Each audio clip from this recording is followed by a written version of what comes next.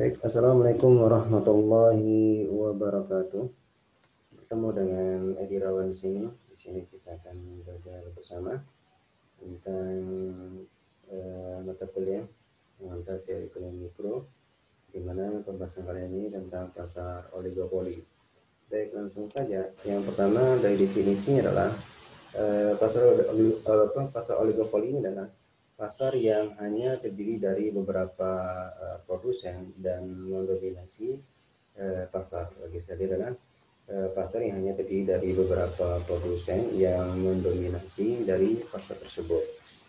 Yang kemudian contoh dari perusahaan oligopolis ini seperti yang ada di layar ini, seperti produk konsumsi rumah tangga, seperti ini Following Food, kemudian Indofood, kemudian operator telepon seluler seperti Asia, Telkomsel dan sebagainya. Yang kemudian ada beberapa faktor-faktor yang menjadi penyebab terbentuknya pasar oligopoli. Yang pertama dari segi efisiensi teknologi, yaitu dari efisiensi ekonomis. Dari segi efisiensi teknis atau teknologi ini adalah efisiensi teknis ini menyangkut pada penggunaan teknologi dalam proses produksi. Artinya kemampuan produsen dalam menempatkan sumber daya secara optimal. Yang kemudian dari segi efisiensi ekonomi di sini adalah di mana efisiensi ekonomi berkaitan pada biaya produksi, bagaimana mengatur biaya pada komposisi yang tepat sehingga harga yang dipaparkan atau sehingga harga yang dipasarkan ini merupakan harga yang bisa diterima pasar pada saat diperjual kemudian dan produsen. Sekali dari segi efisiensi ekonomi ini kita melihat bagaimana mengatur biaya pada komposisi yang tepat sehingga harga yang dipasarkan ini merupakan harga yang bisa diterima pasar dan produsen. Kemudian karakteristik daripada pasar oligopoli yang pertama terdapat banyak pembeli di pasar, hanya ada beberapa perusahaan atau penjual yang mendominasi pasar. Dan umumnya adalah penjual-penjual atau perusahaan besar yang memiliki modal besar saja, artinya konglomerasi. Dan produk yang dijual bisa bersifat sejenis, namun bisa berbeda mutunya. Yang kemudian ada hambatan bagi pesaing baru, yang kemudian ada saling ketergantungan antar perusahaan atau produsen. Kemudian yang berikutnya adanya pekan atau advertensi sangat penting dan intensif. Dan yang berikutnya pengambilan keputusan yang saling numpang, yang saling mempengaruhi. Dan yang terakhir kompetisi non harga. Yang berikutnya jelas-jelas di pasar oligopoli seperti pasar oligopoli murni atau pure oligopoli dan pasar oligopoli dengan perbedaan defense oligopoli. Nah, untuk pasar oligopoli murni ini merupakan cara praktek oligopoli di mana barang yang diperdagangkan ini merupakan barang yang bersifat identik. Misalnya praktek oligopoli pada produk air mineral dalam kemasan atau semen. Kemudian pasar oligopoli dengan pembedaan. Artinya pasar ini merupakan suatu bentuk praktek oligopoli di mana barang yang diperdagangkan dapat dibedakan, misalnya pasar sepeda motor di Indonesia yang dikuasai oleh beberapa merek seperti Honda, Yamaha, dan Suzuki. Yang berikutnya kemampuan penentuan harga. Nah, dari kemampuan menentukan harga sini adalah bisa dikatakan kuat, juga bisa dikatakan lemah. Nah, dikatakan lemah itu jika para oligopolis tidak bekerja sama. Kemudian kalau kuat penentuan harganya adalah jika para oligopolis bekerja sama. Nah, di sini dari dua kekuatan sini biasanya perusahaan yang ada di pasar oligopoli biasanya bekerja sama dalam menguasai pangsa pasar. Nah, yang berikutnya potensi monopoli dan kartel. Nah, duopolis mungkin setuju dengan hasil dari sebuah monopoli. Pertama adalah kolusi dan kartel. Nah, apa sih yang dimaksud dengan kolusi dalam pasar oligopoli?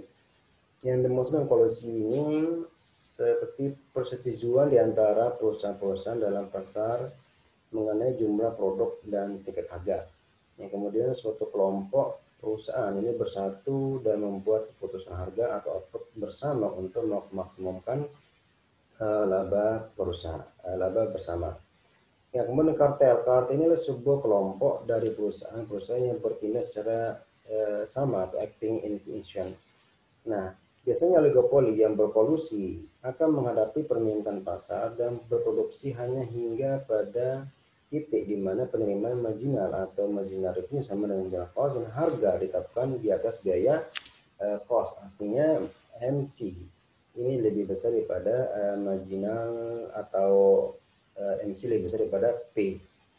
Nah, dari pemaparan ini kita bisa lihat bahwa dua hal ini seperti kolusi dan kartel inilah yang bisa memberikan kompetensi yang kuat di pasar oligopoli.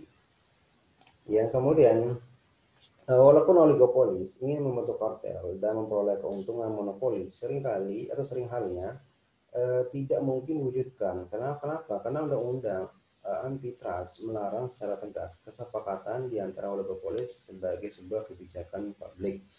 Dan di sini biasanya kalau produsen yang ada di pasar oligopolis biasanya mau menguasai suatu pangsa pasar, biasanya mereka bekerjasama atau menggabungkan atau membuat suatu kesepakatan di mana harganya harus sama, yang kemudian adalah kualitasnya harus sama, dalam hal apa? Dalam hal untuk bisa menguasai pangsa pasar. Nah, kalau ini bisa diterapkan di dunia atau bahkan di kenyataan, maka tidak mungkin bisa mengarah kemana ke arah ke monopoli. Tapi ini bisa jadi dilarang oleh undang-undang karena ini bersifat antitrust yang melarang secara tegas kesepakatan di antara oligopolis sebagai sebuah kebijakan publik. Nah, sekarang kita lari ke model kurva permintaan bengkok.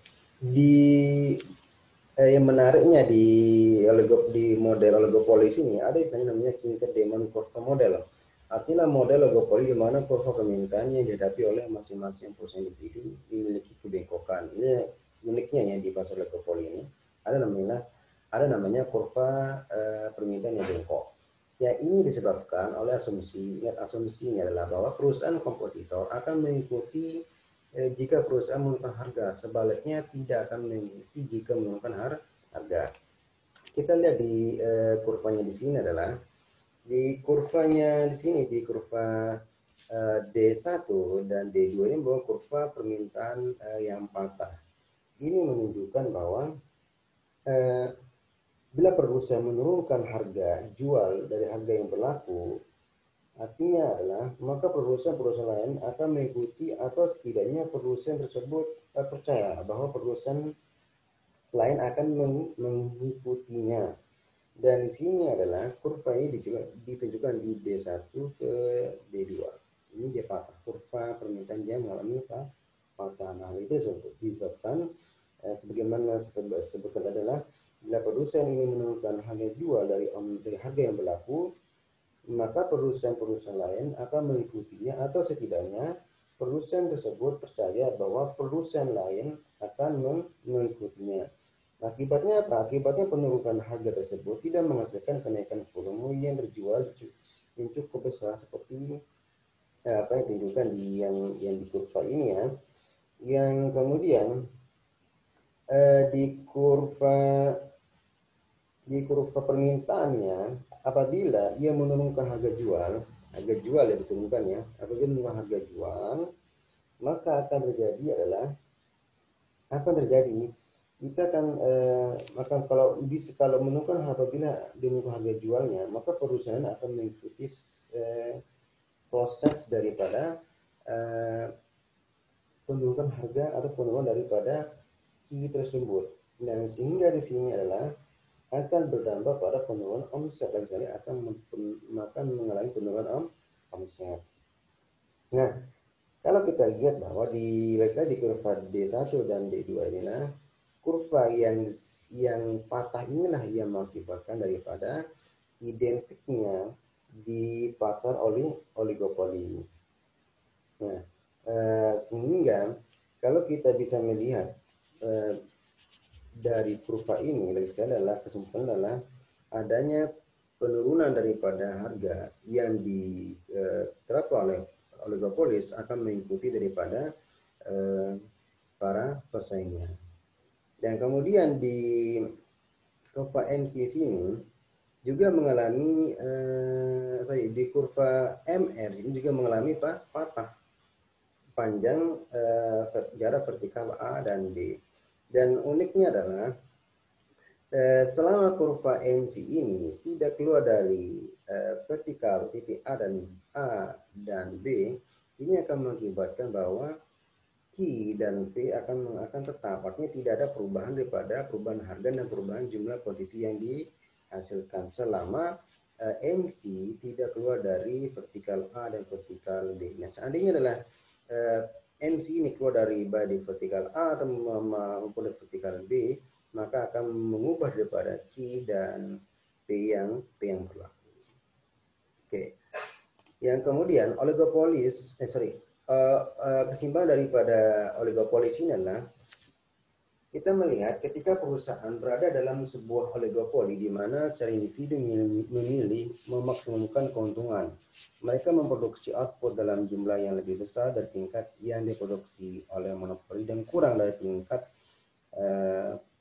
yang diproduksi oleh persaingan sempurna. Nah, kalau dari segi harga oligopoli adalah lebih kecil dari harga monopoli tetapi lebih besar dari harga persaingan sempurna, di mana harga sama dengan biaya marginal. Sekali untuk harga di keseimbangan harga oligopoli ya, ini lebih kecil daripada harga monopoli tetapi lebih besar daripada harga persaingan sempurna.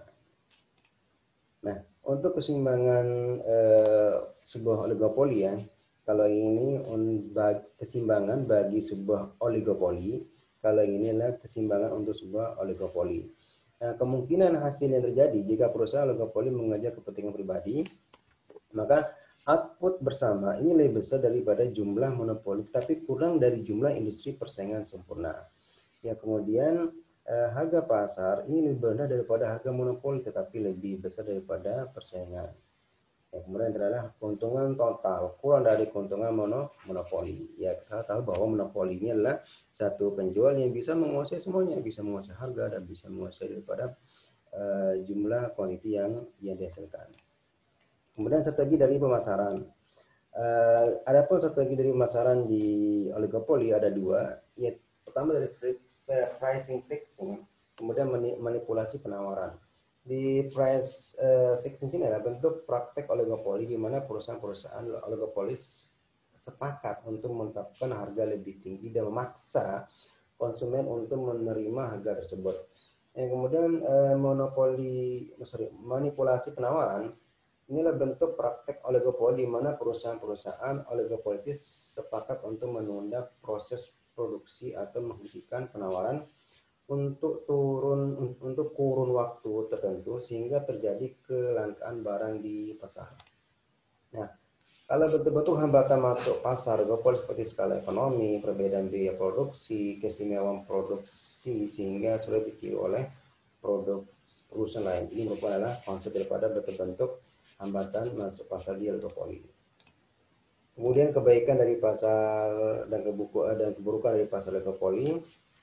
Di kelebihannya memberikan kebebasan memilih bagi pembeli, mampu melakukan penelitian dan pengembangan produk, lebih memperhatikan kepuasan konsumen, kemudian adanya penerapan teknologi baru. Dari segi kekurangannya adalah menciptakan ketimpangan distribusi pendapatan. Kenapa sih? Karena di sini adalah seperti dikatakan tadi di oligopoli adalah bisa melakukan kartel dan kerjasama yang sangat kuat sehingga bisa mempengaruhi pada harga di pasar. Kemudian harga yang stabil dan terlalu tinggi akan mendorong timbulnya inflasi sini. Kemudian bisa timbulnya pemborosan biaya produksi, kemudian timbulnya eksploitasi terhadap pembeli dan faktor produksi. Kemudian sulitnya tembus di masa perusahaan baru. Oke, itu penjelasan dari saya. Semoga bisa dipahami. Ini tugasnya silakan dikerjakan dan bisa dikumpulkan minggu depan. Kalau kurang paham bisa ditanyakan saya di via grup. Saya akhiri pertemuan kali ini dengan ucapan Alhamdulillah. Assalamualaikum warahmatullahi wabarakatuh.